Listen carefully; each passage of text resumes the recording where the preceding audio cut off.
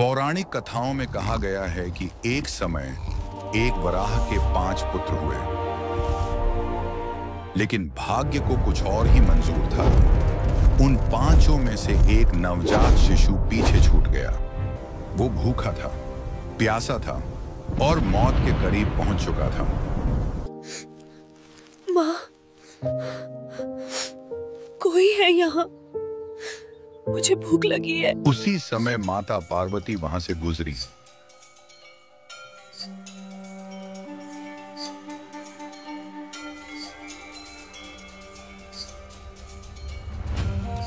उन्होंने जब उस मासूम वराह शिशु को देखा तो उनके हृदय में ममता उमड़ा। ये बच्चा किसका है?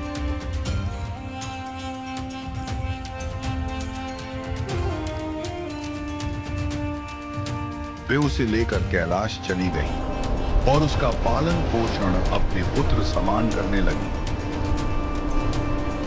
प्रभु, ये बच्चा मुझे वन में मिला था। मैं इसका पुत्र के भांति पालन पोषण करना चाहती हूँ। समय बीता, पर उस वराह शिशु का रूप अब भयावह बन गया था। उसके दांत बढ़ गए, शरीर विशाल हुआ और एक दिन उसकी पीड़ा ने उसे हिंसक बना दिया। मैं ये दर्द नहीं सह सकता। ये खुजली, ये जलन, सब मिटा दूंगा। उसने धरती की फसलों को नष्ट करना शुरू कर दिया।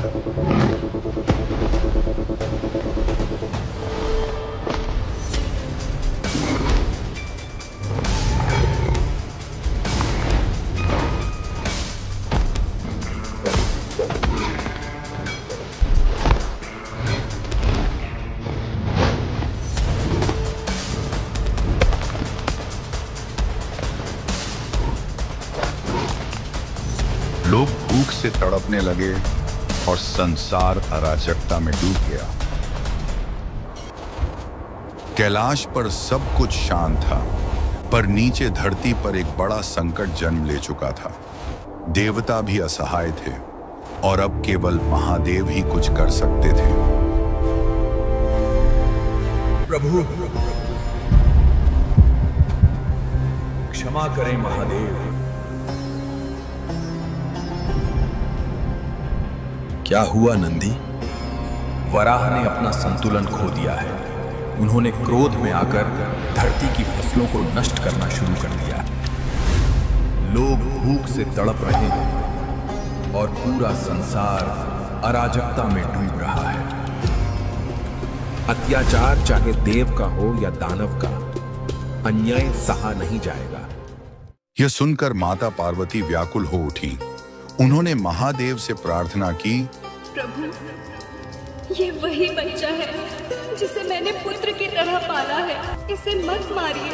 माता की प्रार्थना सुनकर महादेव ने उसका वध तो नहीं किया, पर उसे कैलाश से निष्कासित कर दिया।